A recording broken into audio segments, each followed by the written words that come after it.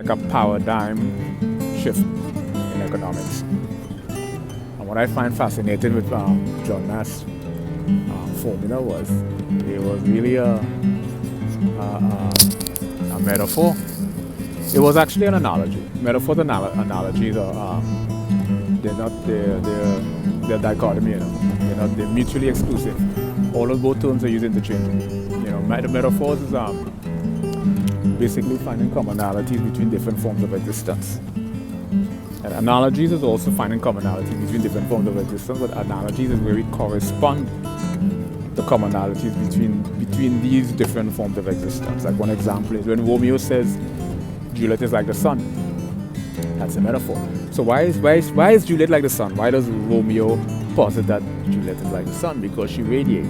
She has a beaming smile. She has a radiant smile. She beams. She illuminates. So that's the analogy. Analogy is where metaphors is what we correlate something to or correspond something to. An analogy is where we find the collection of commonalities. Nash, the whole idea, Nash equilibrium, for John Nash, governing dynamics, so game theory used in economics basically, was really a metaphor. He extracted from a bar scene between him and his colleagues. So there were multiple girls.